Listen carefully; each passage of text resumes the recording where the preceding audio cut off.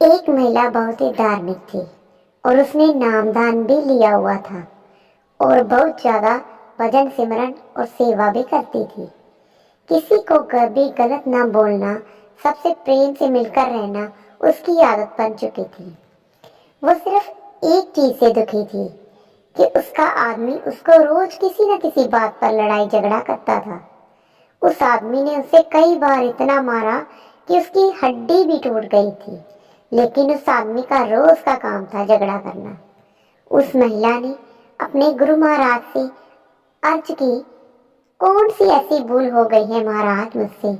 मैं सत्संग भी जाती हूँ, सेवा भी करती हूँ, भजन सिमरन भी आपके हुक्म के अनुसार करती हूँ, लेकिन मेरा आदमी मुझे रोज मारता है, मैं क्या करूँ? गुरु महाराज जी ने कहा, क्या वो तुझे रोटी देता है? बीबी ने कहा, हाँ जी देता है। गुरु महाराज जी ने कहा, फिर ठीक है, कोई बात नहीं। उस बीबी ने सोचा, अब शायद गुरु को कोई और दया मेहर हो जाए और वो उसको मारना पीटना छोड़ दे, लेकिन ऐसा कुछ नहीं हुआ।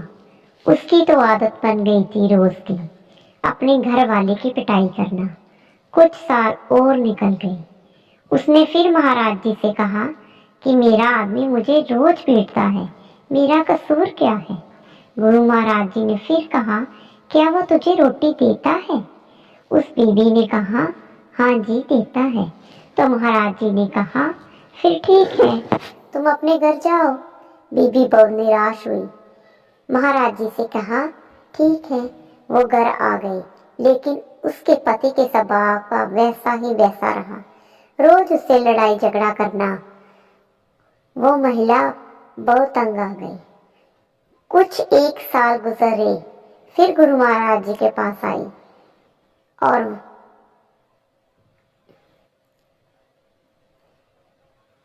वो मुझे अब भी मारता है, मेरी हाथ की हड्डी भी टूट गई है, मेरा कसूर क्या है महाराज?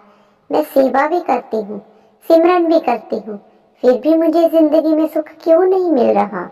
गुरु महाराज जी ने कहा, क्या वो तुझे रोटी देता है? उसने कहा, हाँ जी देता है। महाराज जी ने कहा, फिर ठीक है। फिर इस बार वो महिला जोर जोर से रोने लगी और बोली, महाराज जी मेरा कसूर तो बता दीजिए, मैंने कभी किसी का बुरा नहीं किया, फिर मेरे साथ ऐसा क्यों हो रहा है?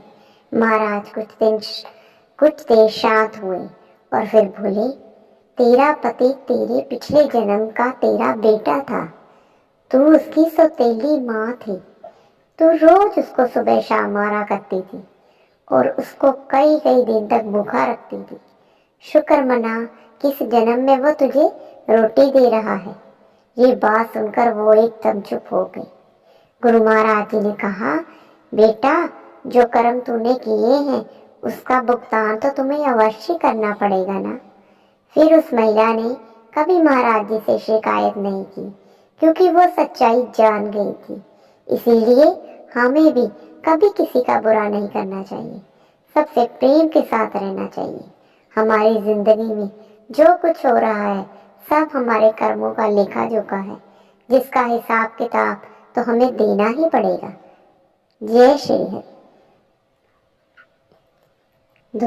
दोस्तों, अगर आपको और भी ऐसी वीडियो देखनी हो तो आप मेरे चैनल को लाइक सब्सक्राइब जरूर करें, जिससे आपको मेरे आने वाली वीडियो की नोटिफिकेशन मिलती रहे। जय श्री हरि।